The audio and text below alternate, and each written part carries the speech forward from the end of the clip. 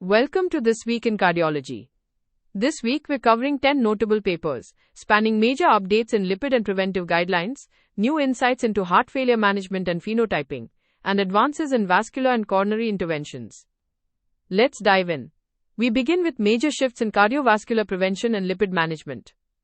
In a study, researchers analyzed how the newly issued 2026 Multi-Society Dyslipidemia Guideline impacts statin eligibility for primary prevention in the United States.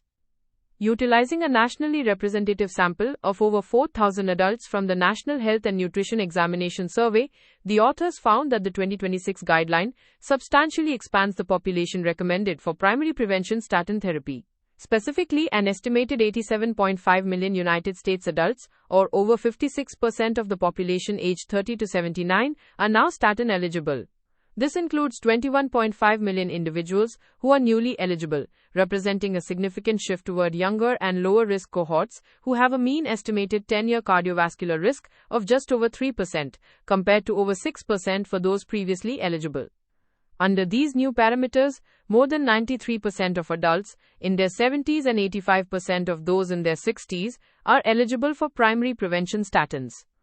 This matches another JAMA publication highlighting the broad implications of risk reclassification under this new framework. Clinicians must also prepare to integrate these shifts with the first guidelines on cardiovascular kidney metabolic, or CKM syndrome, which emphasize the multi-system nature of early risk detection.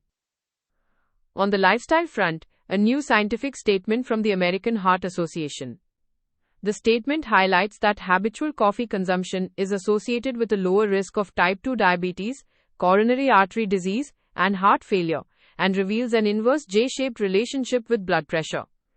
Interestingly, randomized trial data show that while caffeinated coffee actually decreases the risk of atrial fibrillation, it does increase the frequency of premature ventricular contractions. Clinicians should advise patients that while moderate consumption of naturally occurring caffeinated beverages like coffee is generally safe and potentially beneficial, unfiltered coffee can raise low-density lipoprotein cholesterol, and high-dose sources like energy drinks are associated with cardiovascular harm.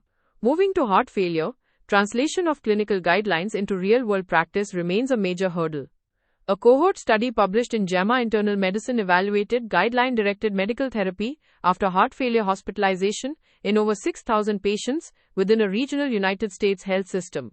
While discharge prescriptions for beta blockers, renin-angiotensin system inhibitors, mineralocorticoid receptor antagonists, and SGLT2 inhibitors increased significantly at discharge, a staggering proportion went unfilled. Primary non-adherence was observed in over half of new beta blocker prescriptions, nearly half of renin-angiotensin system inhibitors, and over a third of mineralocorticoid receptor antagonists and SGLT2 inhibitors. Consequently, only 42% of patients were adherent to their prescribed regimen at 6 months, and only half remained persistent. This underscores a critical need for health systems to focus on post-discharge support and pharmacy coordination rather than just discharge order sets. This practical challenge is accompanied by evolving diagnostic and therapeutic frameworks. Global cardiology groups have issued a new universal definition of heart failure to standardize how we classify and diagnose this syndrome. Meanwhile, a paper in Circulation challenges the recent academic focus on characterizing phenotypic heterogeneity in heart failure with preserved ejection fraction, or HFpEF. The authors argue that a decade of complex phenotyping, proteomics, and cluster analyses has failed to identify reproducible subgroups or guide targeted therapies. Instead, large-scale clinical trials have demonstrated broad benefits of SGLT2 inhibitors and mineralocorticoid receptor antagonists across the entire HFpEF spectrum without subgroup interactions. The authors point out that visceral adiposity is a nearly universal driver of HFpEF, suggesting that a unifying pathogenic hypothesis centered on obesity is far more clinically useful than complex, unproven phenotypic clustering. In the interventional arena, a systematic review and meta-analysis published in Heart evaluated whether drug-coated balloons can offer a stent-free alternative to drug-eluting stents for de novo coronary lesions. Pooling data from 7 randomized trials involving over 7,000 patients, the investigators found no significant difference in the device-oriented composite endpoint of cardiac death, target vessel myocardial infarction, and target lesion revascularization at 12 months. Secondary outcomes, including target vessel revascularization, were also highly comparable, even in trials utilizing sirolimus-coated balloons. While long-term data are still needed to confirm if avoiding a permanent metallic implant yields late clinical benefits, these findings suggest that drug-coated balloons are a safe and effective short-term alternative for de novo coronary lesions. For patients with peripheral artery disease, or PAD, a comprehensive review in the European Heart Journal highlights the critical need to close gaps in medical therapy. The authors advocate for a phenotype-driven approach, emphasizing that dual-pathway antithrombotic therapy with low-dose rivaroxaban and aspirin is superior to aspirin alone for reducing both major adverse cardiovascular and limb events in patients with high ischemic risk. They also outline the role of adjunctive lipid-lowering therapies like ezetimibe, bempedoic acid, and PCSK9 inhibitors when statin targets are not met, alongside emerging data for GLP-1 receptor agonists, which may uniquely reduce major adverse limb events. Finally, diagnosing inflammatory and infiltrative conditions that lead to vascular and myocardial dysfunction remains a major clinical challenge. A primer in circulation details the diagnostic approach to cardiac sarcoidosis, highlighting the high risk of life-threatening arrhythmias and heart failure.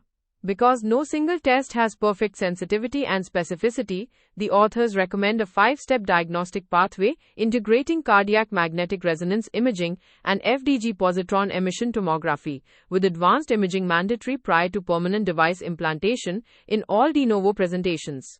If you only have time for one paper this week, make it the cohort study on guideline-directed medical therapy persistence after heart failure hospitalization.